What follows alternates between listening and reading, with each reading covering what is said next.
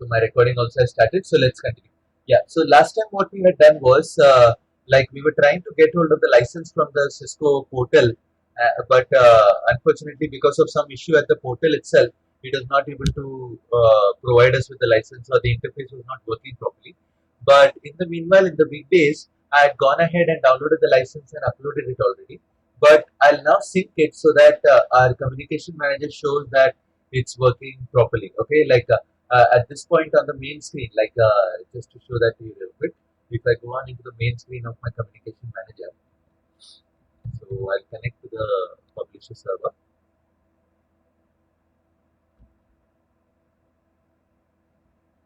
So if I go in here and try to log in into it,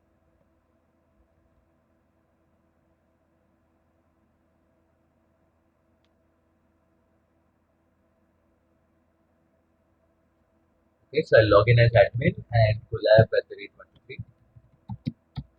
Okay.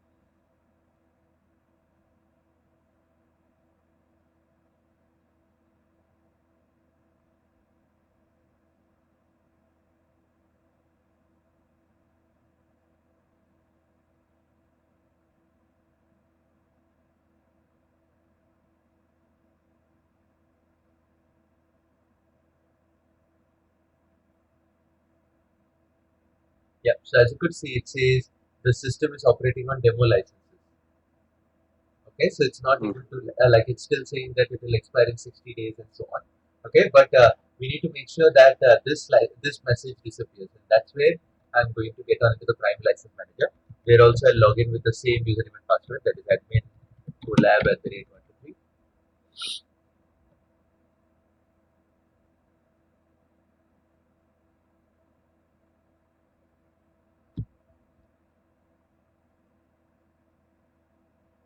Yeah, so no word from Rupesh, so I don't know. I mean, not sure. Yes.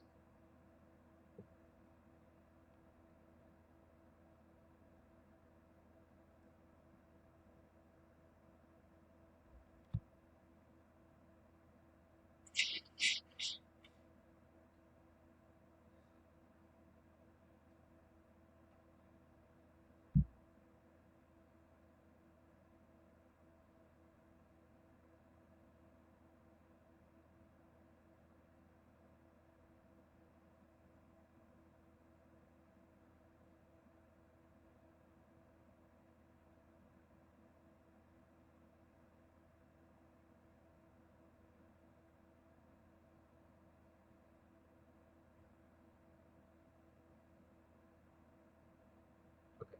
So as you could see, it's connected, and more importantly, like I've already gone ahead and uploaded the license out here. Like, and the licenses, I'll go into this menu option, that is fulfillment. Okay, so I can just show you the license file that I've uploaded.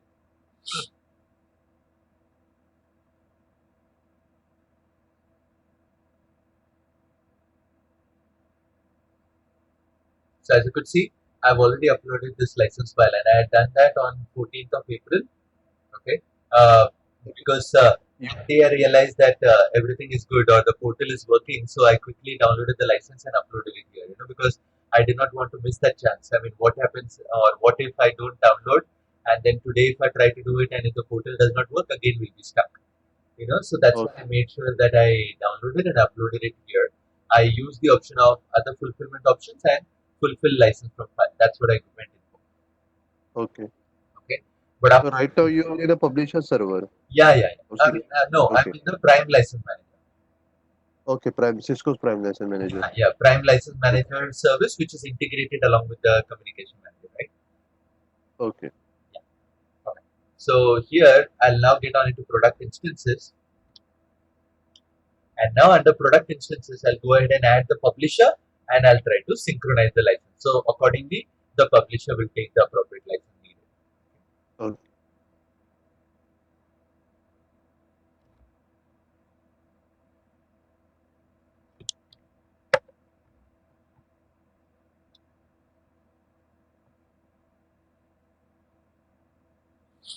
Okay, so as you could see, there are no products or nothing, no server, nothing added here.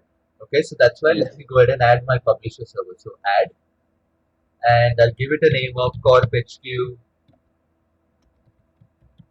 hyphen cucm pub.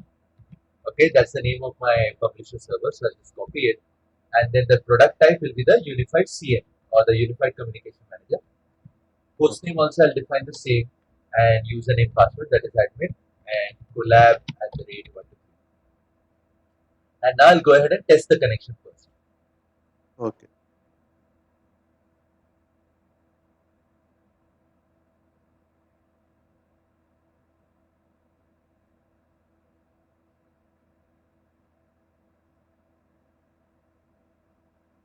So when I click on the test connection, it's actually going to try to communicate with that server and try to log in into it and check whether the credentials are correct.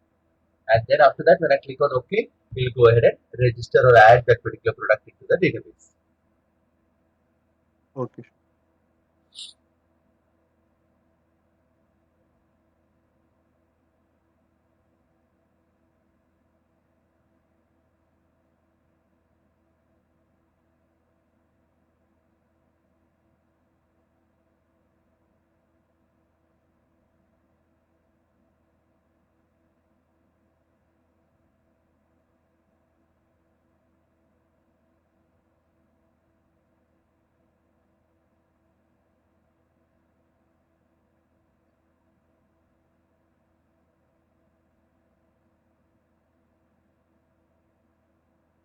Okay, there you go. It says application successfully connected to the product instance. So I'll click OK, and I'll click OK again now to go ahead and do the registration of the product.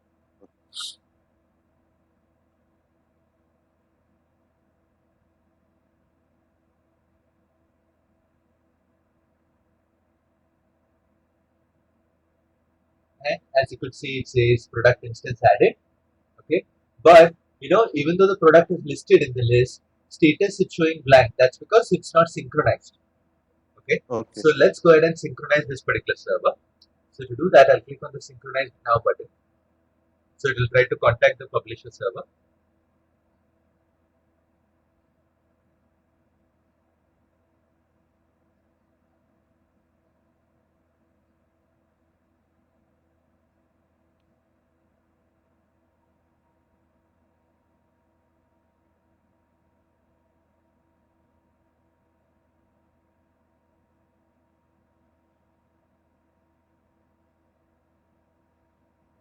And as you could see, it says synchronization successful.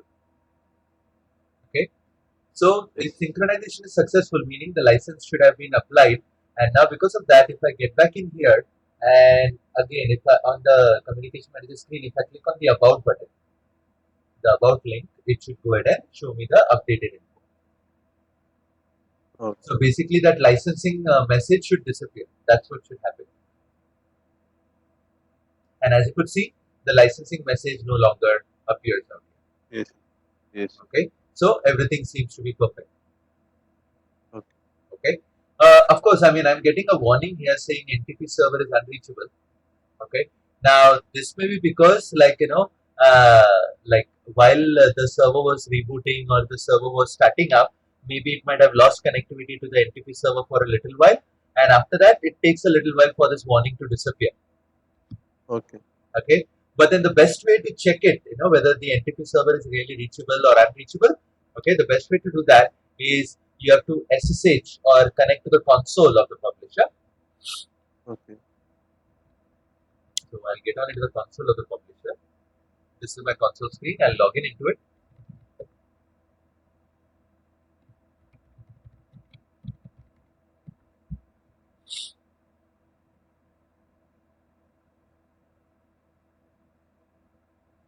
And do you remember the command to check whether NTP is synchronized or NTP status and all that? I had covered that in one of my previous sessions. Just The communication manager command line to check the status of the NTP.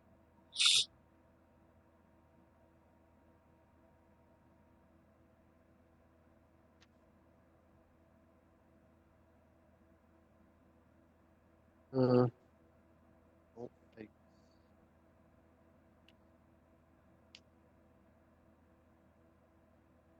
Not able to find in your notes?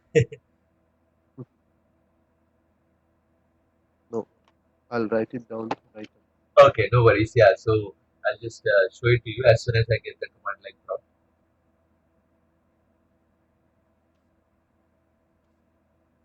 Now, I'm sure you might have written it down. It's just that there is no control F feature, right? On the now. Yes.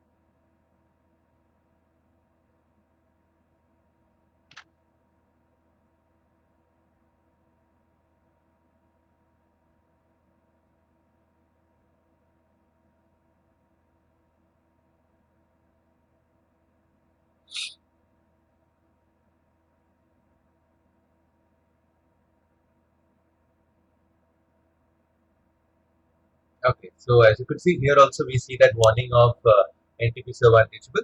But to check the status, the command is utils NTP status. It is utils NTP status. Utils, it is okay.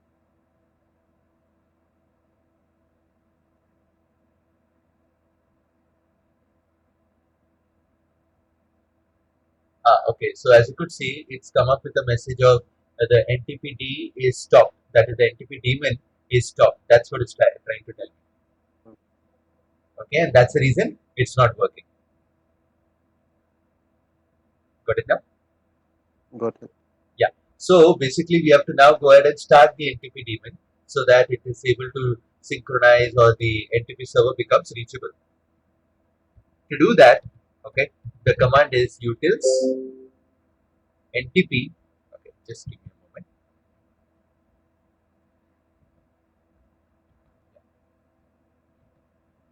Okay, so utils NTP, and then if I put question mark, okay, do you see that we have the option of utils Right. NTP start, then you have utils NTP restart, you have all Yes. those options. So let me go ahead and put up utils NTP start.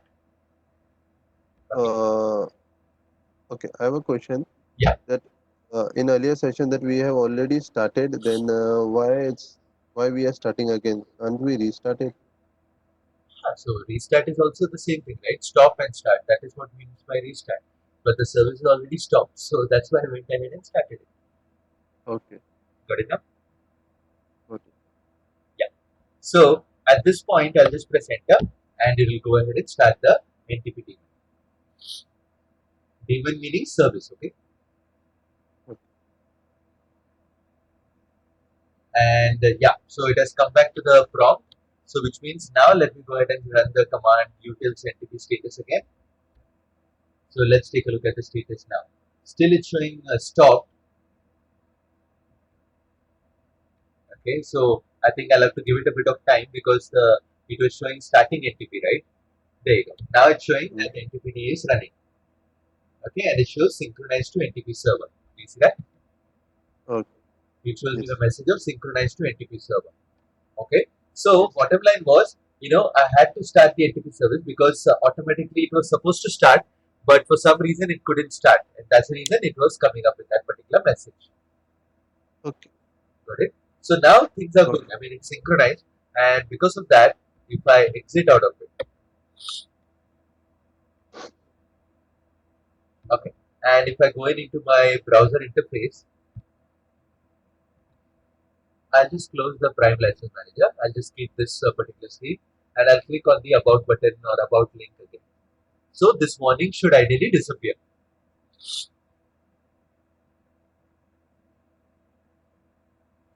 But sometimes what happens is, even though the command line shows everything fine, on the GUI, it takes a little while for the warning to disappear. That also happens. Oh, Okay. okay. But that's the reason, like whenever you get this kind of a warning message or whenever you get this kind of a message on the GUI, go into your command line and you can check the status there.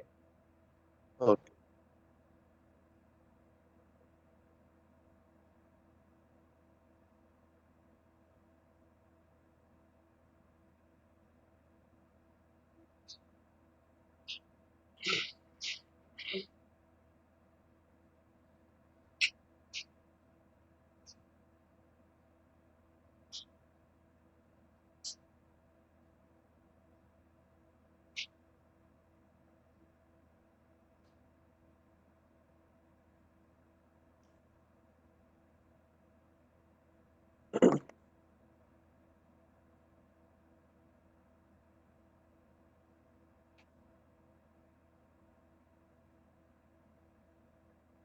Okay, so it's still refreshing.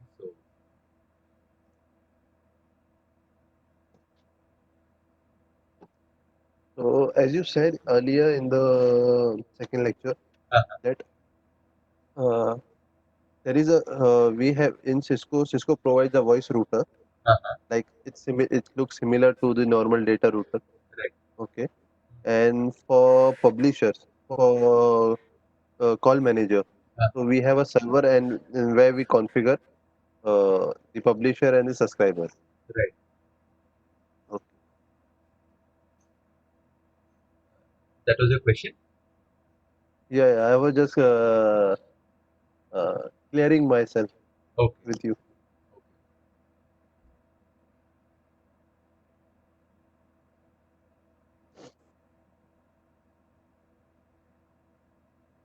I was just asking that Cisco doesn't provide something hardware as such that they provide as a voice gateway router, a voice router. Yeah, there are voice gateway devices also dedicated, but mostly they are for analog like FXO, FXS, and all that. Okay. But like even on this, like you take a router and you have to load the appropriate voice licensing, and that's when you get that particular feature of voice. So it's all about the licensing part. I mean, depending upon the license that you install, we'll go ahead and give you the appropriate Okay. features. Okay. Yeah. So now, as you could see on the screen, there is no warning message or nothing of that sort because now everything Yes. is sorted out. Okay. Yes. So since that is taken care of, now let's start off with today's topic that we want to do. So as I mentioned in my previous session, we are done with the theory part that we wanted to cover. Okay. Now we need to get on into the practical deployment of how do you configure all these components, how do you set up all these components and all that. Okay. So just to give you a quick recap, like if I go back into my topology diagram, this is a topology diagram, and at this point, I have all of my servers in this particular section here. Okay. Okay, we had gone ahead and installed the communication manager publisher, communication manager subscriber. We had gone ahead and installed Unity connection server. We had also installed the IMN presence server. Okay. Okay, so we had done all of that. Okay, and then the next thing that we did was on the publisher server as well as on the subscriber, we went ahead and activated all the services. Okay, and then today what we also did was we went ahead and installed the license for it. Yes. Okay, so that's the status information that we have. Okay, but now today what we are going to do is we are going to focus on the next aspect, that is provisioning of the phones, setting up of the phones. Okay, now if I talk about the phones, we have phones in three different locations. Like we have phones in HQ, we have phones in branch Yes. 1, and we have phone in branch 2. Right. Okay, now since we are using this virtual lab, okay, for this scenario what I've done is for each and every location, like this is the soft phone that I've installed, and I'll be using the soft phone in the HQ location. Okay. Okay, then I've installed another soft phone on my laptop, and that I'm going to use it in the branch 1 location. Okay. Okay, and the third soft phone that I have is this one here. Okay, and this soft phone, Branch third 2. soft phone, I'll be installing it or I'll be using it in branch 2. Okay. Okay, just give me a moment. Yeah. Okay, so these are the three phones that I'm going to wanting to deploy onto the network or onto the setup. Okay.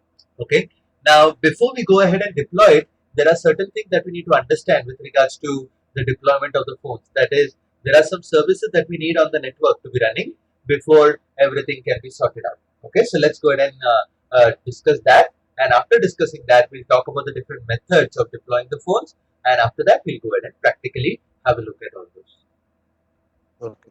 Okay, so to do that, I'll go get on into the communication manager here.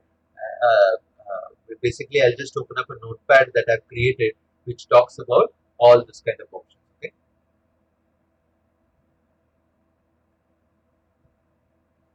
so let me just quickly open up that file and tell you.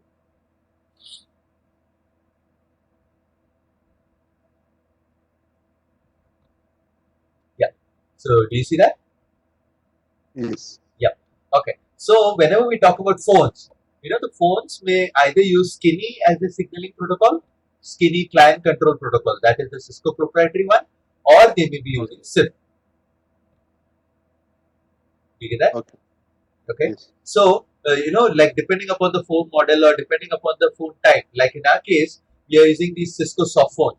Now these Cisco soft phones can support both SIP as well as Skinny. Okay.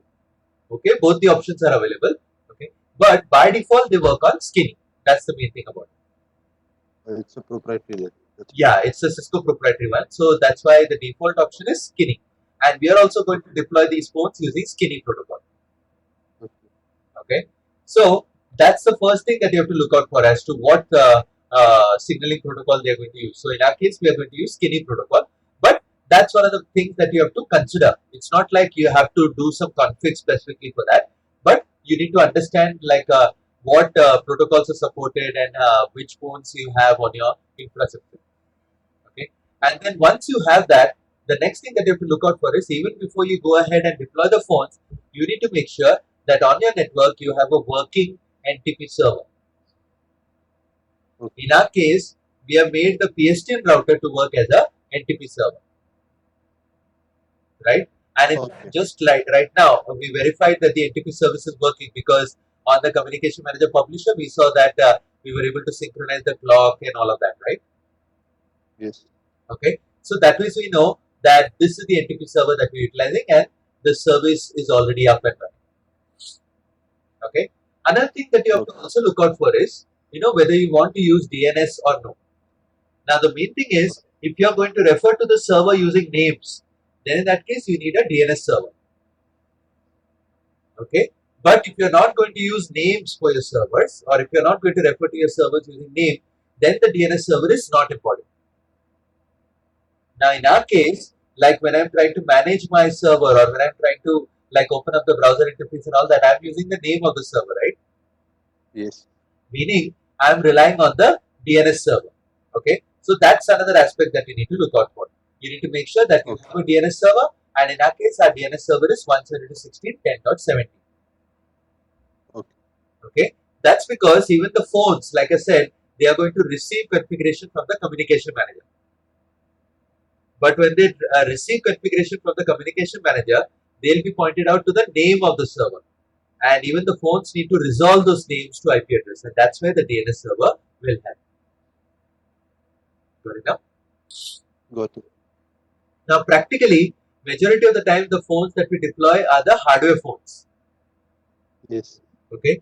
Now, when I say hardware phones, I mean, of course, you can go into the phone settings and you can assign the IP address and all that manually. But it may not be a recommended or a feasible option. That's because let's say if you have 100, 200 phones, okay, you're not going to go to each and every phone and assign the IP address manually, right?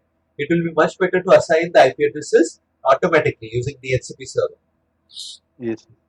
Before proceeding, I have a small doubt question. Yeah. Since we since Cisco provides the provision of soft phone, Uh-huh. okay. Uh-huh. So why do companies go for a hardware device, IP telephony phone?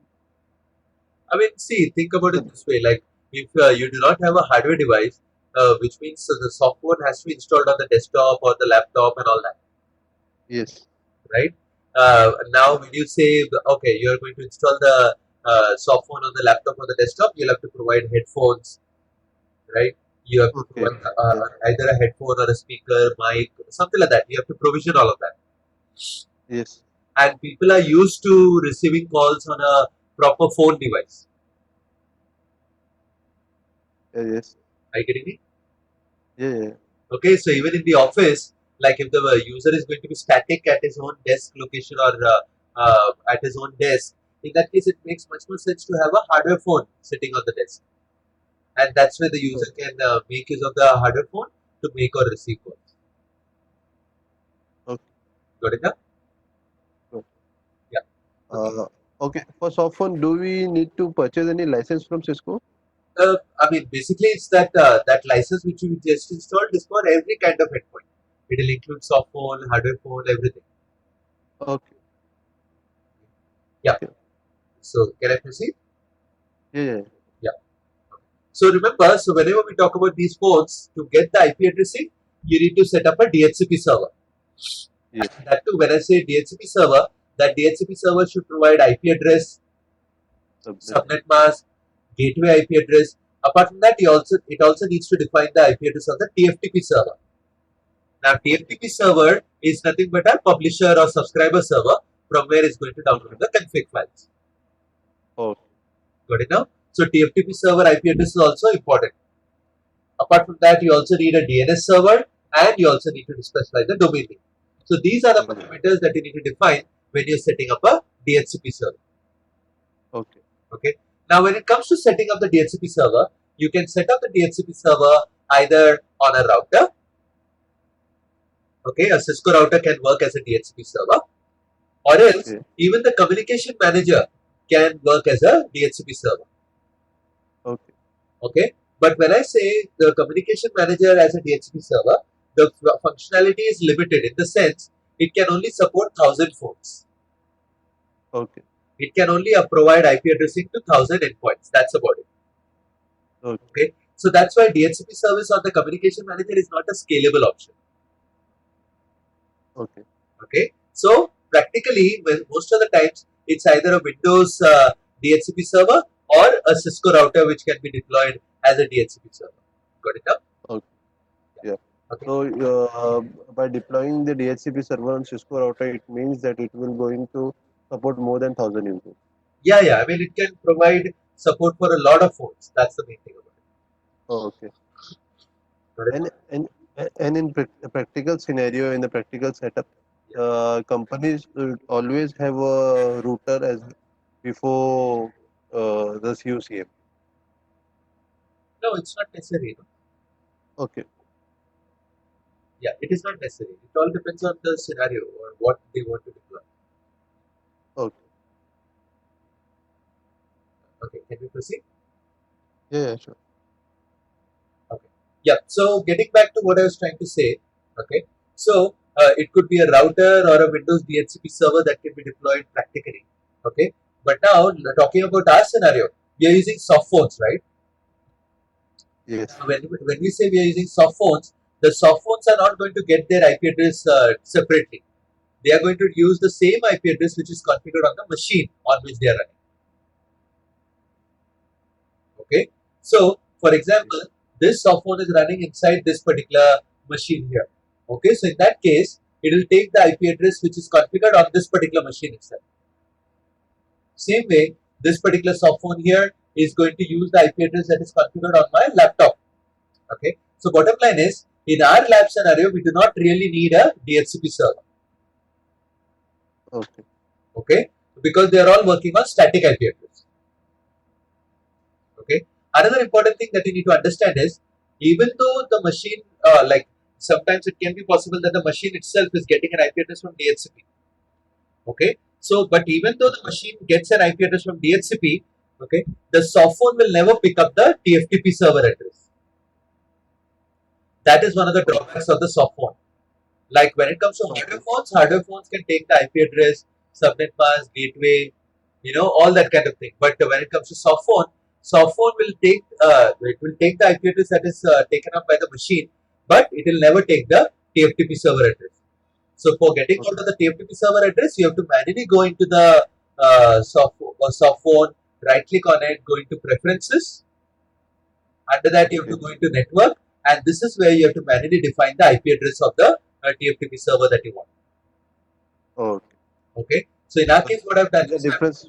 That's the difference we have between the software and the hardware. yeah, yeah. That's the difference. So yeah, so the first TFTP server I've defined it as 172.16.10.20. That is the subscriber, and then the second TFTP server I've defined it as 172.16.10.10. That's the publisher. Okay.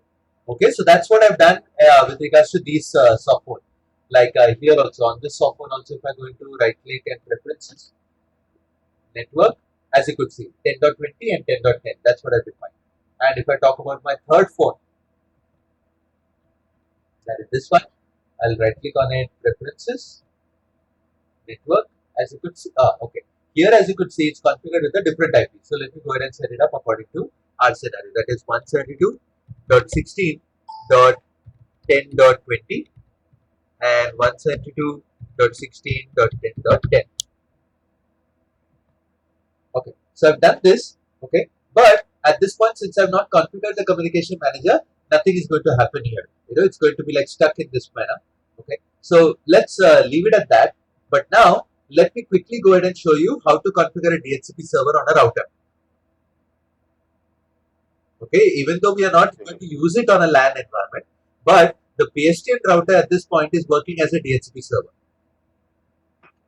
because it is giving out IP address to, or it is like giving out IP address to this particular machine here. Okay, but like I said, even though the machine is taking an IP address from the DHCP server, okay, on the phone you have to manually go in, right click, preferences, network, and we have to manually define the IP address of the TFTP. Make sense now? Yes. The machine is getting the IP address from DHCP, but still, on the phone you have to manually define the IP address of TFTP. Okay. So let me go ahead and quickly show you the configuration of a DHCP on a router.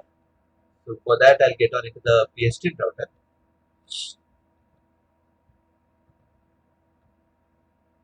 Okay, so that's my PSTN router here. And when it comes to the router as a DHCP server, one of the things that you have to understand is, typically on a DHCP server, you define a range of IP, right? A range of IP that needs to be given out. Yes. But on a Cisco router, you cannot configure a range of IP. You have to define the entire network. Okay, you have to define the entire network ID, network address. So meaning it will take all the IP addresses from the network and start giving it out as a DHCP server. Okay. Okay, but the problem with that is, it may lead to IP address conflicts because there may be some IP addresses which are statically configured and all that, right? Yes. Okay, like there may be some devices which are working on a fixed IP, static IP, manually assigned IP.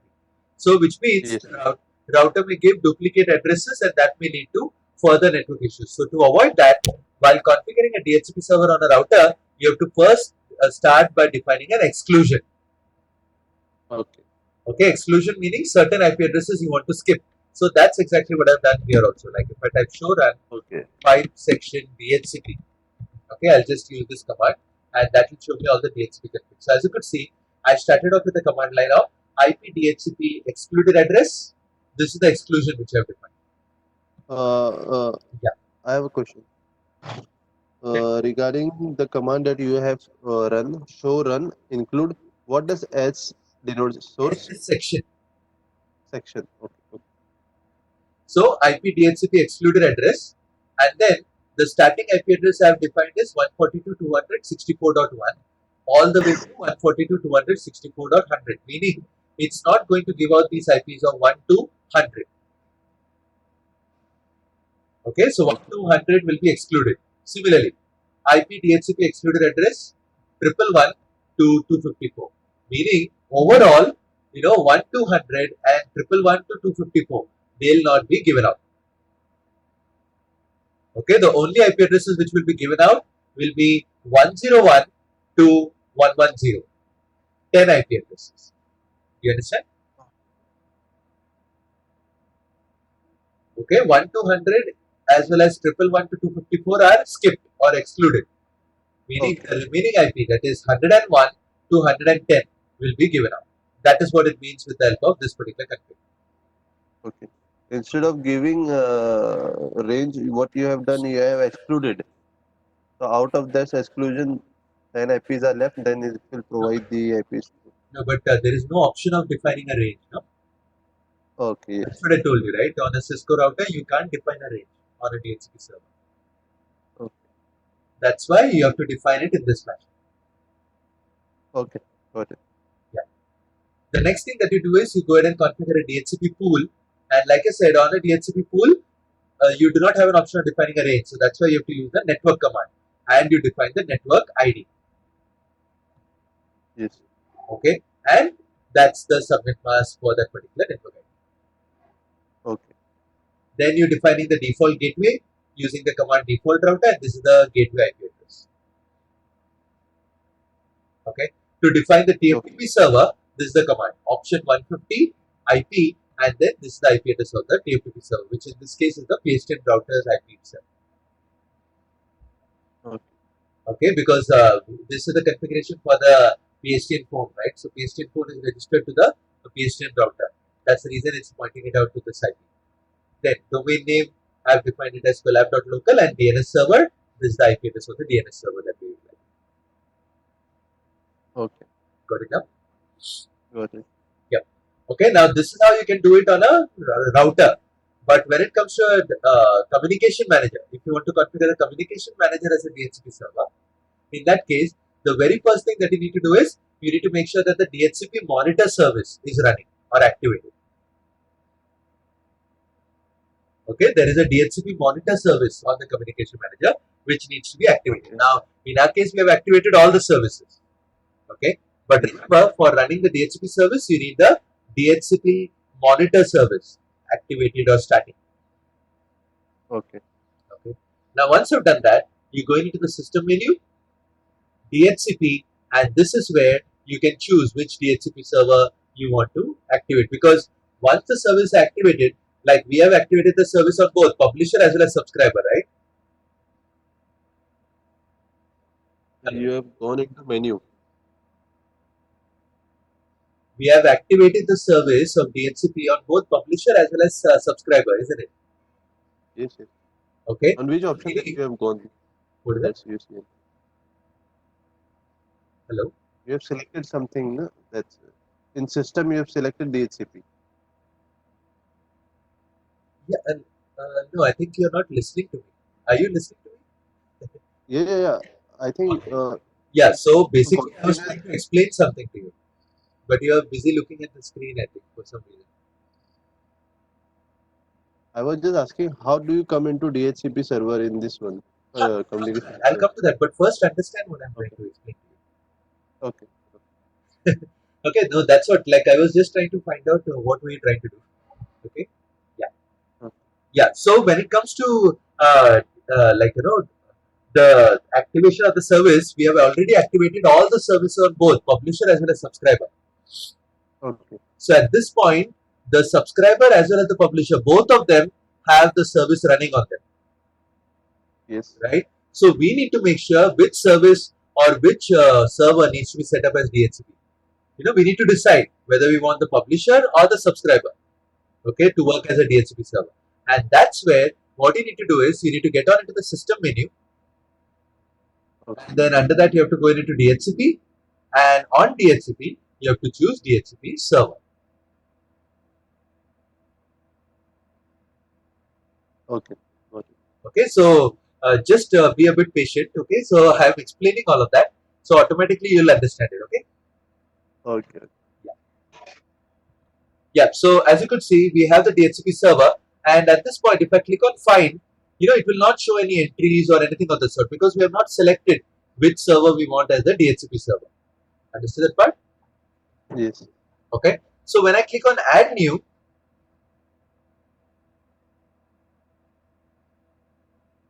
That's when we can decide which server will be acting as the DHCP. Now it's Okay. listing both of them because both of these servers have that particular appropriate service running on them. If the service was Yes. not running on these servers, the server name won't be listed up. Make sense? Yes. Okay. So apart from that, you can define the IP address of the DNS server. You can define the IP address of the TFTP server here itself. You can define the domain name. You can define all of this, but this is only for the overall config, like not the IP address range or a subnet. I mean, you do not have those options. You only have option of defining DNS server, TFTP, domain name, and all that at the server level. Okay. Now, once Yes. you've done that, once you've defined the DHCP server and these additional parameters, the next step is you have to define the range of IP. So to define the range of IP, you have to go back into system menu, DHCP, and there you need to get on into DHCP subnet. Yes. Okay.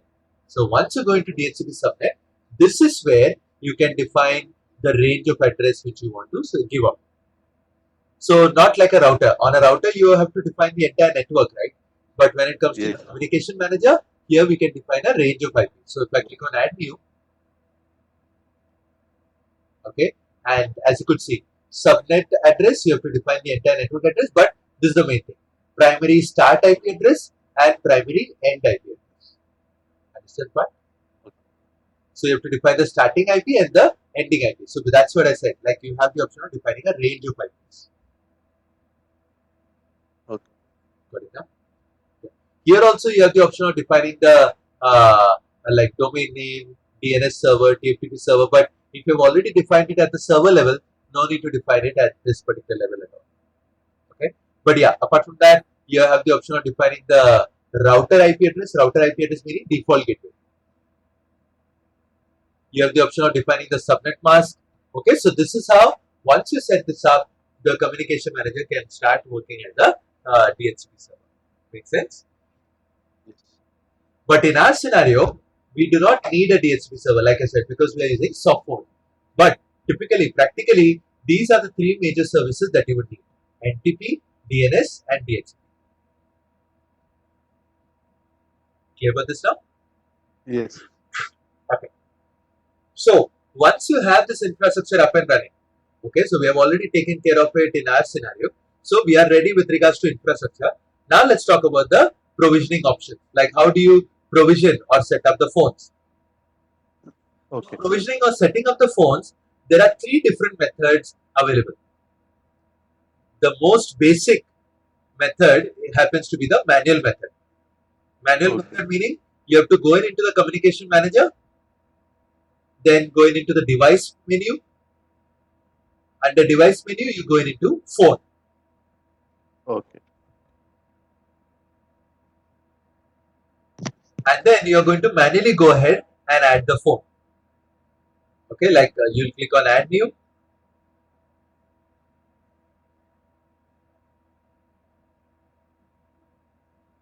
and then you'll manually choose what kind of a phone you want to deploy. Okay, so you can choose like the phone model, which phone you want to deploy and all that. Like for example, if I want to deploy a Cisco IP communicator, you can choose Cisco IP communicator. Okay. Okay, so you'll have to manually define all these options. Okay, so once you define the phone type, next.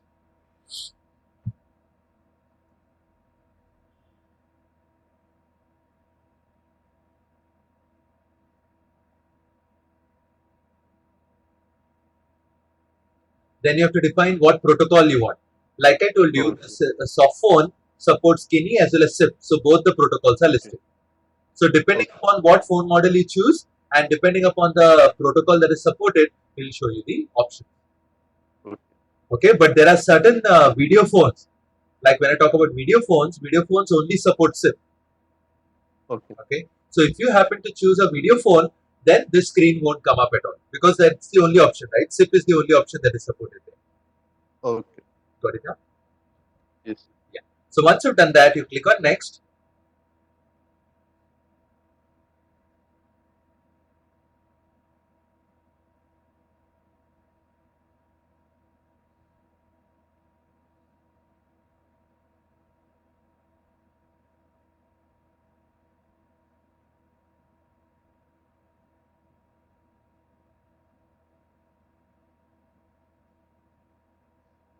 And as you could see, you have a lot of different options that you need to configure. Now imagine Okay. you have all these options just for one single phone. And imagine if you want to deploy 100 such phones, you have to 100 times go through each of those settings and do it manually, one by one, right? Yes. So it's not a scalable option, but even this is one of the methods. You get that? Yeah, got it. Yeah. But one of the other things that you have to understand is even before you start deploying the phones, you have to make sure that you define certain parameters like device pool, for example. Now, what is a device pool? Device pool is nothing but a collection of settings which can be applied to the device. Okay. Collection of settings meaning it will like one of the kind of settings would be the date and time settings. Okay. Okay, date and time setting meaning the time zone. Because HQ phone will be according to set according to HQ time zone. Branch one Yes. phones will display the date and time according to branch one location. Branch one. Yes. Right. So the date and time options. Then apart from that, the options like the codec, what codec they are supposed to use. All those kind of things. A collection of all that is basically the device pool. But by default, there is only one device pool that is configured. That is the default. Okay. Okay. But here, as you could see, I have like 3 different entries created. Okay. DP Corp Okay. HQ, DP branch 1, DP branch 2. Now, this is something that I had created. Okay. Okay. Now, actually, I had created it for some other class. Okay. So, accidentally, I think I might have used your server to demonstrate that particular option there. But for your case, I'll be doing it again. Okay. But basically, what I'm trying to say is, even before you get on into the configuration of the phones, you have to make sure that you configure these settings like device pool and all that. You get that? Okay. Yeah, got it. Yeah. But I hope you understood the problem with regards to the manual configuration of the phone. Okay. Yeah, it will eat up a lot of time and there will be manual error as well. Right. But at the same point of time, it will give a lot of job opportunities to people, right? Yes. I mean, on a daily basis, if you're going to add like 10 phones, like it will open up one job slot for someone to sit there and keep on manually adding the phone one by one. Yes. Okay. But of course, it's not a feasible option. Okay. Basically, that's what I want you to understand. You understand that? Okay. Okay. So you can definitely go in for the manual addition of the phone, but it's not a scalable or a feasible option. Okay. That's where a much more scalable option or a feasible option happens to be the second one, that is bulk provisioning. Okay. Bulk provisioning meaning you will take you will create a Excel sheet, also called as a CSV file. CSV meaning comma separated value file. Okay. Typically, it will open up into Microsoft Excel, and within that Microsoft Excel, you're going to fill in details about what phone and MAC address, like all those details, you're going to fill it up into the Excel sheet. Let me show you an example of one such Excel sheet. Okay. Okay. So to show that to you, let me.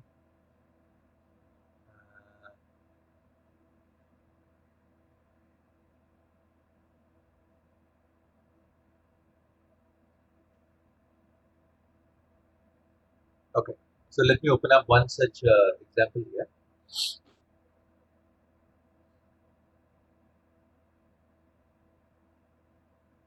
Yep. So as you could see here, I have one Excel sheet. I mean, it's even though it's an Excel sheet, but actually the file is a CSV file. Okay. CSV meaning comma separated value file. Okay. And in that, as you could see, I have the device name column, description column. So basically, under the phone settings, whatever individual settings you see, they represent a column out here. Okay. Okay. So as you could see, all these columns you'll have to fill up, and once you fill it up, okay, you can import this particular CSV file into the communication manager. So automatically, all these phones will be set up according to all these particular parameters. Okay. This is the standard pattern that we have to fill. Yeah. You have to use this kind of a standard pattern. Okay, meaning Okay. you have to understand what are the columns and all that, and you can't use any particular parameter and just fill it up. You have to be very clearly knowing what pattern you want to use and all that. Okay. Okay. How do you get hold of this kind of a template and all that? Okay. To get hold of this particular template, okay, the very first thing that you have to understand is to work with bulk provisioning. Okay, we are using bulk provisioning right now, right? Yes. So for bulk provisioning, you have to make sure that the bulk provisioning service is running on the server. Okay. Okay, so you have to make sure that the bulk provisioning service is on. In our case, we have activated all the service, but remember, if you want to use bulk provisioning, you have to make sure that the bulk provisioning service is on. On. Got it now? Yeah, correct. Yeah. So once the bulk provisioning service is on, you'll have to get on into bulk administration menu. Okay. Okay, and under bulk administration, if you're going into upload download files, Yes. and under upload download files, if I click on find, you'll see the appropriate file that is there. There is a template which is already given to you. You see that bat.xlt. You get that? Yes. There is Yes. an option bat.xlt. Okay, and if I download this file, I've already done that. So let me just open that file to you.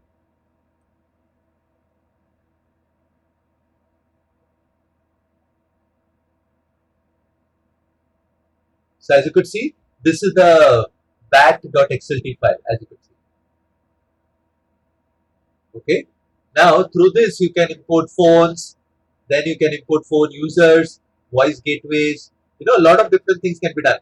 But right down at the bottom, do you see all these different tabs?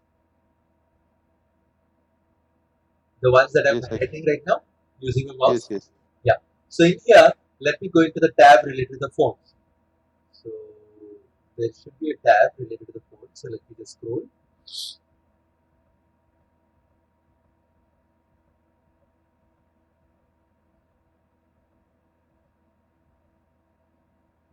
Phone users are there, update users. Yeah, phones. Okay, so when I click on the phones tab, as you could see, it's only showing me two options here. Okay. Okay, like that is MAC address and description. I mean, these are the most important parameters. Okay. Got it now? Yeah, got it. Okay. But now, if you want to fill up all the entries like what we saw when we tried to manually add the phone, when we try to manually add, there are a lot of different parameters, right? Yes. It's not just these two parameters. There are a lot of different parameters.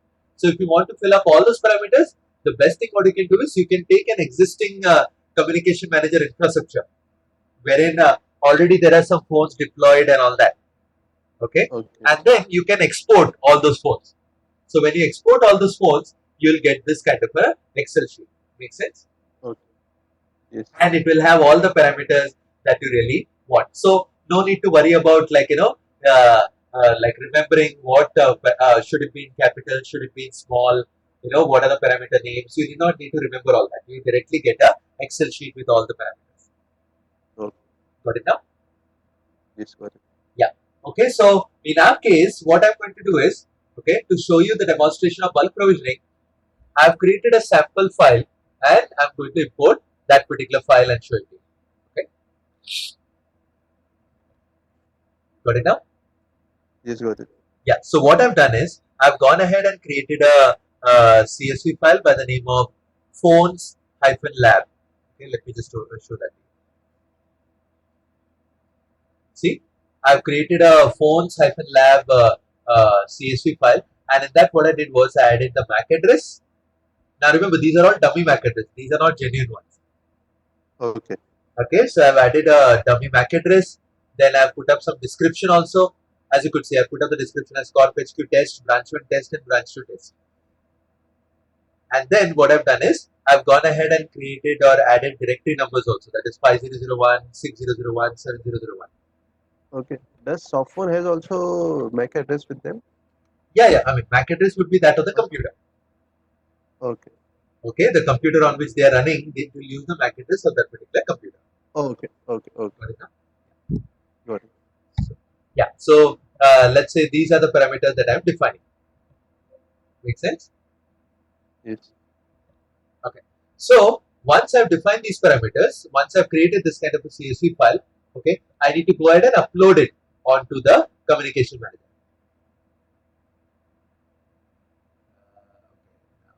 For some odd reason, yeah, okay.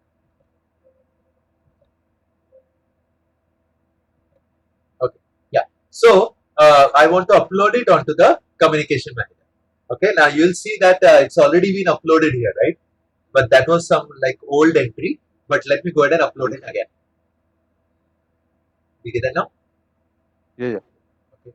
So to do that, okay. Before I proceed, let me go into device. Okay. Yeah. Sorry. Let me go ahead and upload the file again. To upload the file, okay, I'll get on into add new. Now, where did I get this option? I got it from bulk administration, upload download files. You get that? Okay. Yeah. So once I'm in here, I'm going to click on add new.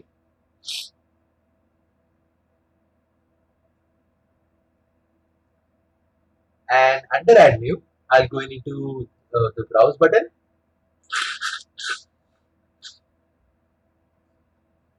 And from this location, I'm going to choose that particular file, that is phones-lab.csv.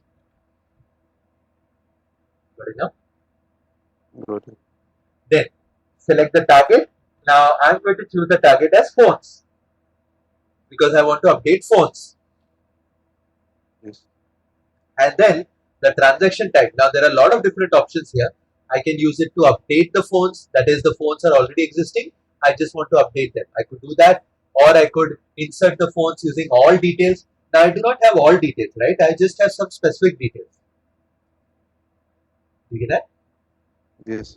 So that's why I'm going to choose this option, insert phone specific details.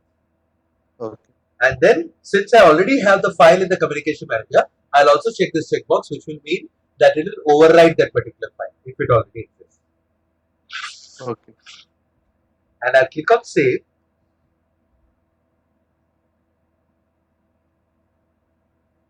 So as you could see, my file is now uploaded. It says upload successful. Yes. Okay. Now once my file is uploaded, the next thing that I want to do is I want to go ahead and create a phone template.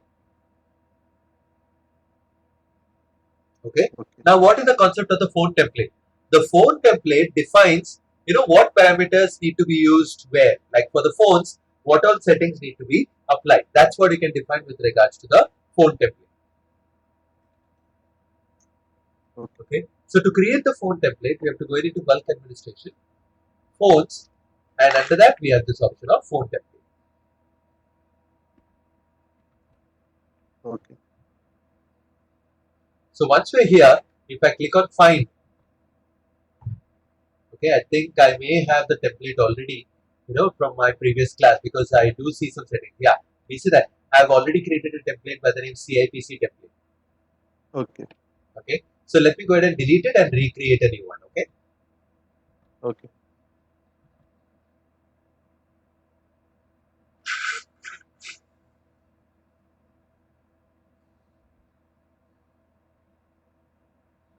So I'm deleting this template and I'm going to create a new one and show it to you again.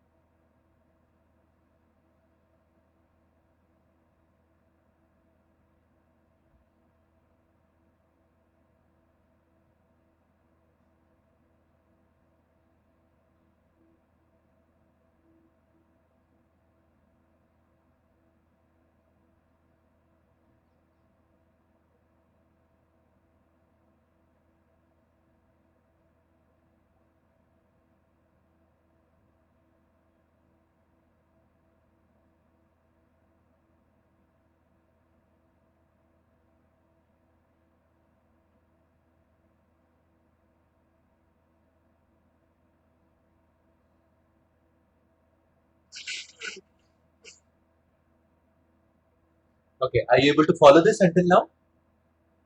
Yes. Okay. Okay, so we were supposed to have more participants, right? Yes. Like Shabana was supposed to join us at 8 o'clock. Joined. Yes. Joined by 8. Yeah, and it's already 8:40 now. And no Yeah. sign of her. And Rupesh did not respond at all. So I'm not sure. Yes. Whether he's joining or not.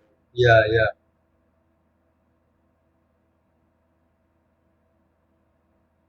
Okay, no worries. But we'll still continue. Okay, because the recording is still Oh, going to be there, right? yeah. Yeah. Right. Okay, so as you could see now, it says one record deleted, and let me go ahead and click on add new to add a new template. New template. Now, in our case, the kind of phone that I'm going to import is CIPC, Cisco IP Communicator, right? So I'll create a template according to that.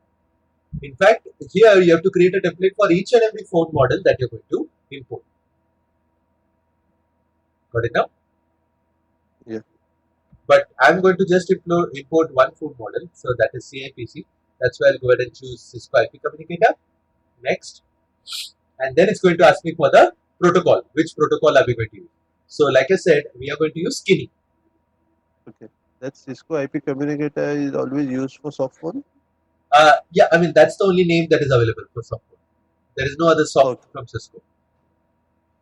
Okay. Okay. Yeah. Okay. Whenever we're going to install a soft phone, we'll use Cisco IP communicator. Correct. Yes. Okay, got it. Okay. So we'll click next.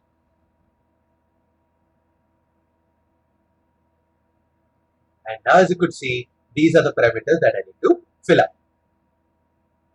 Okay. So I'll put up a template name first. So let's say I'll give it a name of template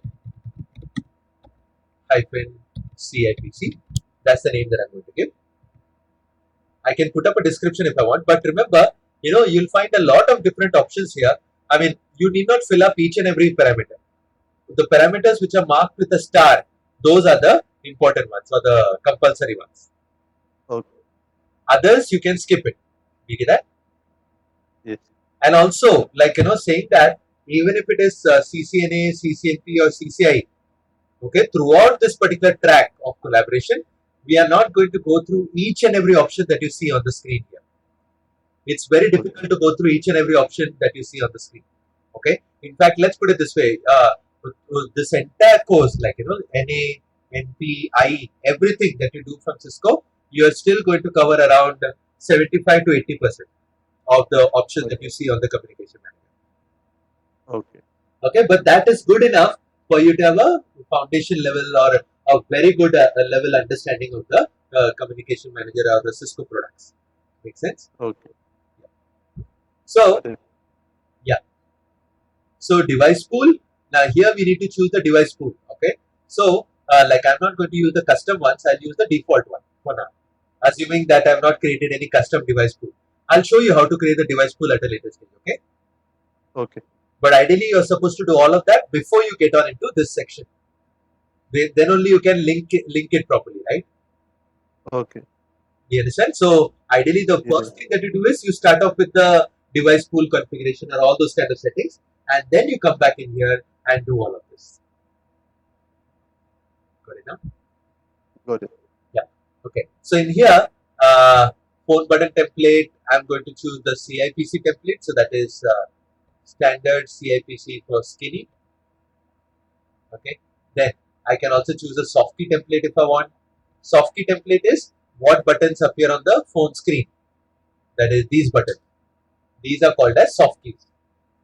Okay. So I'm not going to define anything. So it will make use of the standard one or default one.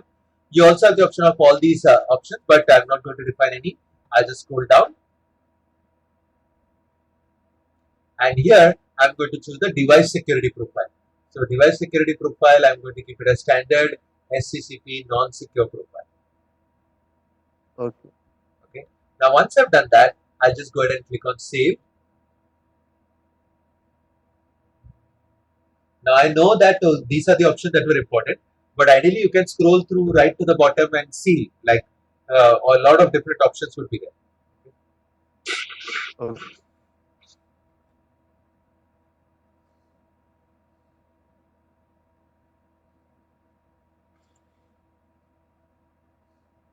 So now my phone template is configured, but it's not complete.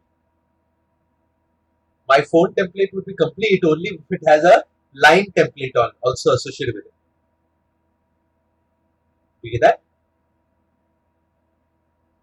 Not really. Line template meaning the extension number or directory number or something needs to be assigned to it, right? Then only the phone will be active. Yes. No. So we need to have the line template for it, and that's what we can do by clicking on this line. Okay. Make sense? So the phone template is for the phone or the device. But for the directory number, we need to click on the line. So I'll click on line 1 because that's the first line.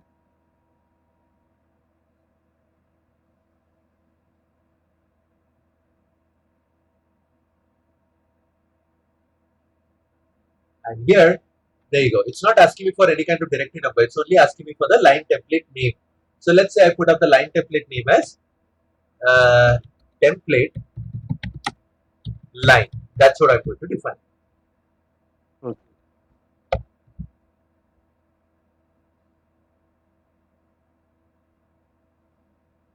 Okay. Then I can define alerting name or such kind of options here, but I do not want to do that. I'll just scroll down. And more importantly, I'll define the external phone number mask. Now, external phone number mask is like, whatever extension numbers we give is like used internally, right? Yes. Okay, like the 4-digit extension number like 3001, Yes. 2001, all We these use it. things internally. But across the PSTN, that is, if I'm trying to make a call outside, like to somebody's mobile phone or landline or something like that, then in that case, my phone cannot display the 4-digit extension number. It has to display the full proper PSTN number, right? Yes. So that's where we have the external phone number mask. Make sense? Yes. Okay. So I'm going to define the external phone number mask for this example according to HQ location, that is +1 408 515 11 sorry, or 1 XXX. What does that mean? It means that previously or as a prefix, it's going to add this much +1 408 515 1, and then it will take the last 3 digits from that on the directory number. Okay.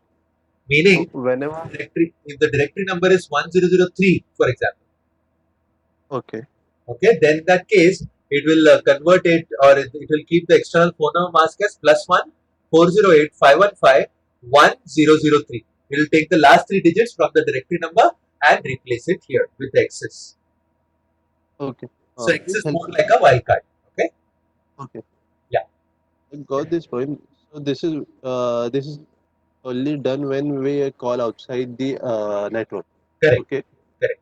Okay. Suppose someone sitting in an office calling me on my mobile phone, then only they will require a PSTN connection. Correct. Okay. So the +4180 515 till 1 Ah. 51 Ah. last 51. So it will be the PSTN number, and then it will add up the another extension digit of my. Correct. Okay. Got it. Okay. Yeah. So I've done this, and now I'll just scroll down and I'll click on save.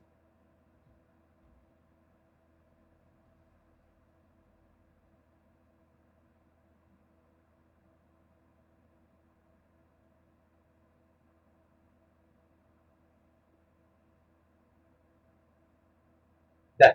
Okay. So my line template also has been created, as you could see here. Okay. So just a minute. I'm just trying to get hold of my mouse. Okay. Yeah. There you go.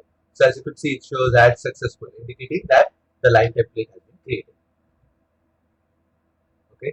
Also, if I now get back into the device,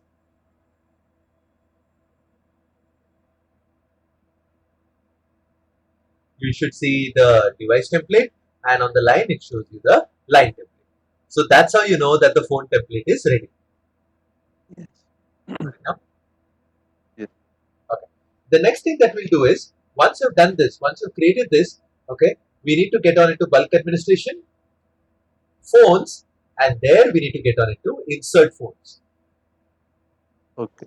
Okay. Now, but before we do that, I just want to make sure that the phones are not already added. Otherwise, it will give me an error saying that the device already exists and all that. Okay. I mean, Okay. like I said, we see some settings already existing, right? So that's Yes. the reason I want to just quickly check. Okay. So there are no phones, as you could see. It says 0 records found. Okay. Okay. Yeah. So let me now get on into the bulk administration, phones, insert phones. That's where I'll get on. Okay. And under insert phones, we have all these options. Okay. And in this case, I'm going to go for insert phone specific details because that's what I want. I do not have the complete details. I do not have all details. I just have some specific details. That's why I'll choose insert phone specific details. Okay. And under that, it's asking me for the file name. File name is nothing but that CSV file which we uploaded onto the communication manager. So there you go. It automatically lists it because we had uploaded it to the communication manager. So I'll choose this. Okay. I can click on view file to view the file details. See, this is the pop-up window which opens up. And if I go into more information and go on, there you go. It shows me the details that I've added. You get that? Yes.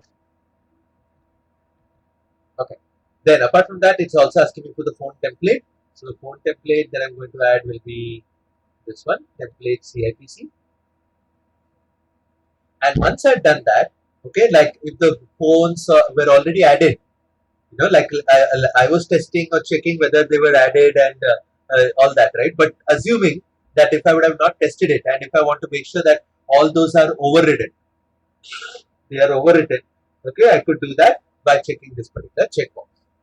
Got it now? Okay, right now, but I do not want to do that because anyways there are no phones included. So I'll keep it that way.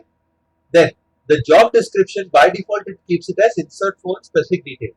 But I'm going to name it as lab because over a period of time you may be running a lot of different jobs, right? A lot of different bulk activity. So in that case, you want to differentiate between all of them. Okay. So to differentiate between all of them, it is always better to keep a proper, meaningful description, and that's what I did out here. Okay. And then, okay, by default it's set to run later, but I want to run it immediately. That means it will run immediately right now. Okay, so I'll click on submit. And as you could see, it says add successful, job request also submitted, and it's saying use the job scheduler to see the status of the job. Okay. So for doing that, we'll get on into bulk administration, job scheduler. That's where we'll get on.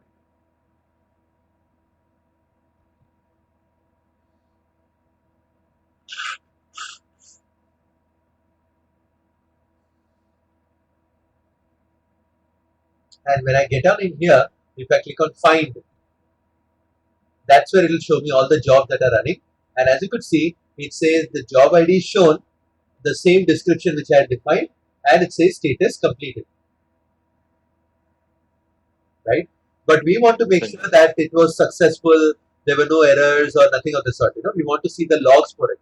To understand whether the job was completed successfully, I'll have to click on the job ID. And when I do that, okay, here it says job result status success, as you could see. Okay. Okay. Number of records processed, it's saying 3, and total number of records 3. 3. Okay. Okay, meaning 3 phones were added. That is what it's telling me. Okay. Okay, so let's go ahead and verify. To verify whether the 3 phones have been added, I'll go into device menu and phone. Okay. And as you could see, under device menu and phone, I have 3 records found. That is 3 different phones that have been added. Okay. Clear with this? Yes. Okay. And more importantly, if I click on the particular phone,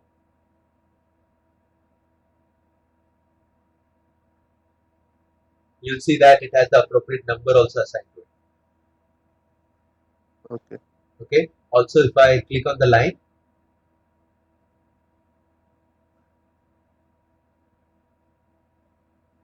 and if I scroll down, okay,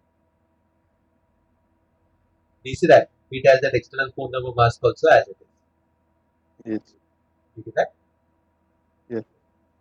Okay, so this is the kind of a thing that you could do when it comes to bulk provisioning. Okay.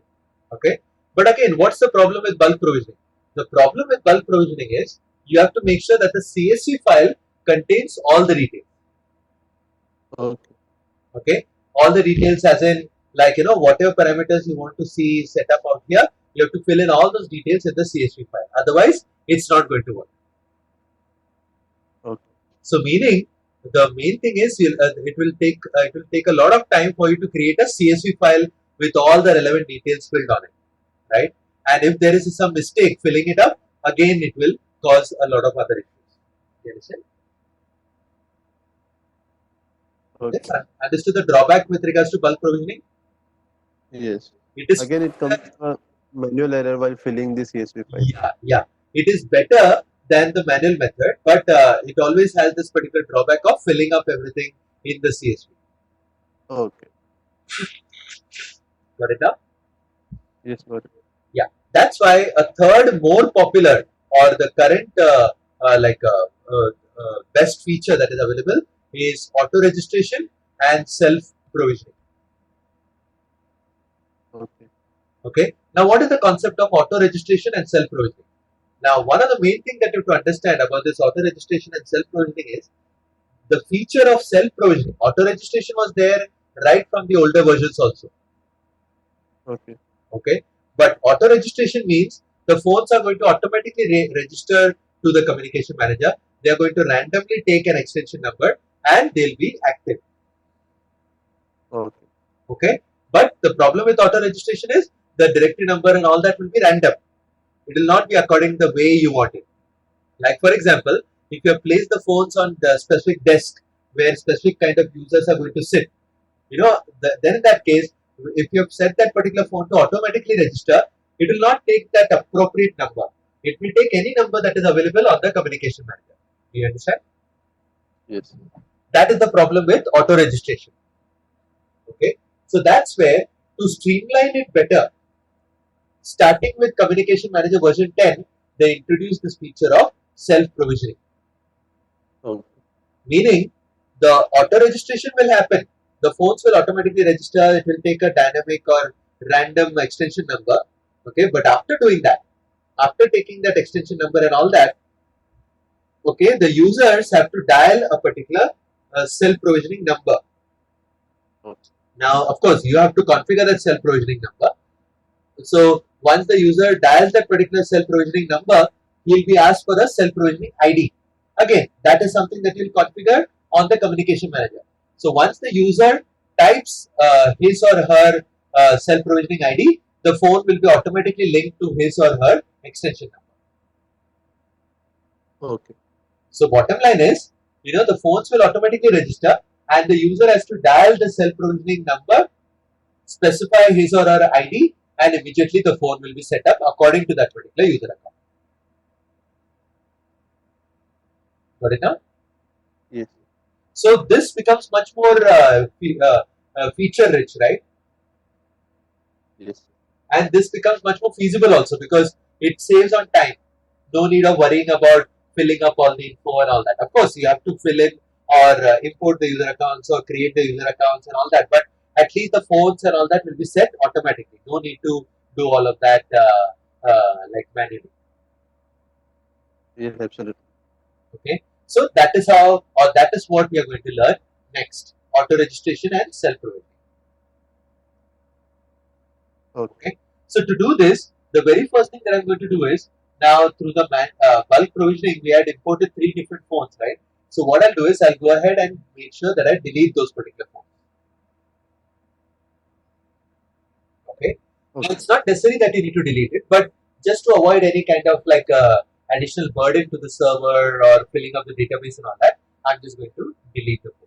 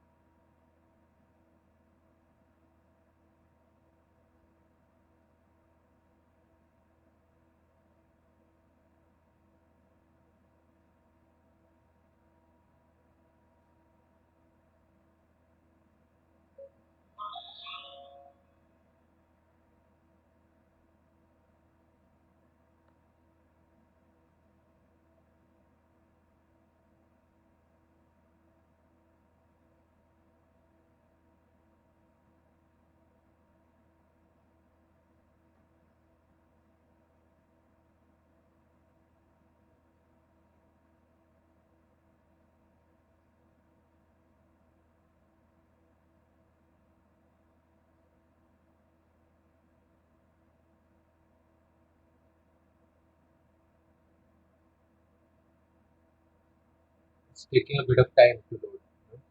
Yes. Okay, so I'll just pause the recording until then because it's unnecessarily just recording the blank screen out here, right? So I'll just pause the recording and then I'll resume it once it comes back up on. Sure, sure.